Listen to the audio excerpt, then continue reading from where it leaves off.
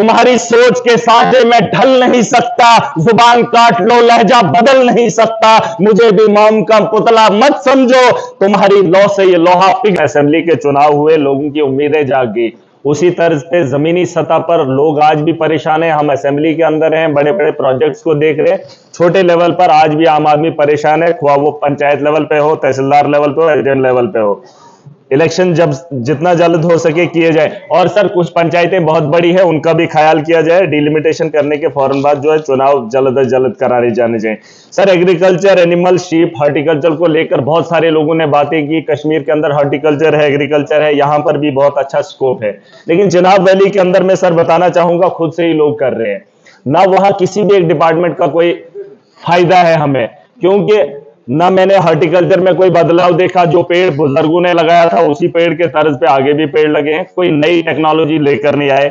जो पुराने माल मवेशी थे वही माल मवेशी आज भी डोरे, जो 1 किलो दूध देता था उसके साथ पूरा साल लगा रहा है, पूरा अपना वक्त गुजार रहा है। इन लोगों ने कोई भी उसमें रिफॉर्म नहीं लाया। सर शीप वही पुराने ही हैं, भेड़ बकरियां वही पुराने तर्ज के हैं, नया कुछ भी नहीं। मैं चाहता हूं वहां से डिपार्टमेंट उठाकर लाए जाए, जहां पर इनको लगता है कि काम हो रहा है उन्हीं इलाकों में इन्हें दर्ज करवाया जाए। हमारे यहाँ जरूरत नहीं। सर एक चीज मैं बताना चाहूंगा हॉर्टिकल्चर एग्रीकल्चर के रिलेटेड, हमारे यहाँ मक्कियों को आज भी बोया जाता है, जमीनों की जमीनें वहां पर लगाने का काम करते हैं। सर न मक्की पकाने वाला है कोई, और न खाने वाला है, और न उसमें इजाफा है। तो मैं अपनी आवाम से मैं चाहता हूं हाउस भी अगर थोड़ा कोऑपरेट करे, मैं भी चाहूंगा कि उसके अलावा उस जमीन से क्या उगाया जा सकता है। कास्ट के लोग और यहाँ के हॉर्टिकल्चर के लोग, एग्रीकल्चर के लोग अगर मिक्सअप करके कहीं पे बात करते हैं, कहीं खोज करते हैं और उस जमीन में ये पता लगाए कि उस जमीन पे क्या बेहतर उगाया जा सकता है, जिससे रोजगार भी कमाने के लिए हमारे पास रोजगार भी बने और उस जमीन को भी आबाद किया जाए। उसके अलावा सर एक मेन मुद्दा है आरडीडी का, इस पे मुनस्सिर है हमारा। 4 जो हमने बताए उस पे हमारे को कोई फायदा नहीं, लेकिन आरडीडी का डिपार्टमेंट है जिससे हमारे लोगों को उम्मीद रहती है। सर जॉब कार्ड को लेकर एक बहुत बड़ी चर्चा होती है। सर स्पीकर सर इस पे थोड़ा ध्यान दीजिए, बस मैं बात ही खत्म करूंगा। सर एक बड़ा मामला बनाया जाता है कि जॉब कार्ड होल्डर काम नहीं करता है, 100 दिन काम नहीं करता है, जियो टैग नहीं होता है। सर मैं चाहता हूं इसमें थोड़ा सा रिफॉर्म अगर लाया जाए। मंत्री जी अगर मेरी बात सुनेंगे, एक ठेकेदार को आप बिल्डिंग देते हैं, उसे बताते हैं कि जितना जल्दी तो उसे कंप्लीट करे तो ठीक। एक मजदूर को आप देते हैं 10 मीटर आपको प्रोटेक्शन वॉल देना है या 10 मीटर आपको रास्ता बनाना है, उसे क्यों मजबूर किया जाता है कि पूरे साल में आपने 100 दिन लगाना है और 100 दिन में ही इस काम को करना है? क्या वो मजदूर इतना सक्षम नहीं है कि उस काम को वो 1 दिन में भी कर सकता है? उसे क्यों इतना टार्चर किया जाता है, रोज रोज उठा के जियो टैग करो, 100 दिन में आपने 10 मीटर करना है? या तो उसके काम को बढ़ा दिया जाए, गांव के अंदर वो बेहतर सहूलियत दी जाए, सीमेंट का इंतजाम गवर्नमेंट करे, उस मजदूर को काम कराए। एक मजदूर जो है किलोमीटर भी काम कर सकता है। लेकिन सर सरकार की ये गलत पॉलिसी है, ठेकेदारी के तर्ज पे जैसे एक ठेकेदार को काम दिया जाता है वैसे ही जॉब कार्ड होल्डर को काम सौंपा जाए और वेंडर्स उसी के तर्ज पे रखा जाए, वो मटेरियल भी खुद करेगा। और सर मैं शर्मिंदा हूं, वेजेस हमारे यहाँ 259 है।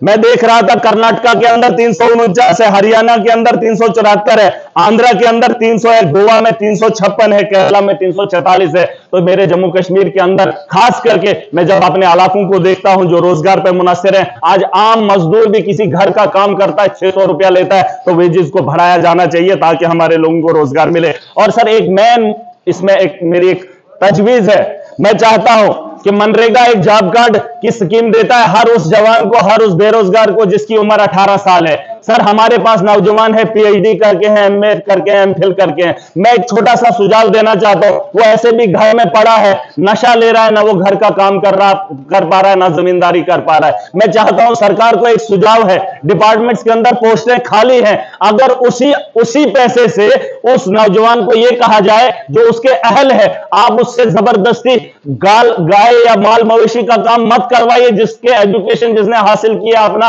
वक्त दिया है एक टीचर बनने के लिए, उसके सपने को ना तोड़िए। उसे 20,000 ही साल में अगर दिया जाए और उसको उसमें वो काम करने दिया जाए, उस स्कूल में उसकी पोस्ट को फिल किया जाए, मनरेगा के तहत रोजगार भी दिया जा सकता है और उसका मुस्तकबिल भी बेहतर हो सकता है, उसका जो सपना है वो भी आगे बढ़ेगा। सर वो आपसे पैसा नहीं मांगेगा, वो सिर्फ अपना जो है वजूद देना चाहता है, अपना वक्त देना चाहता है। सर मैं बात खत्म कर रहा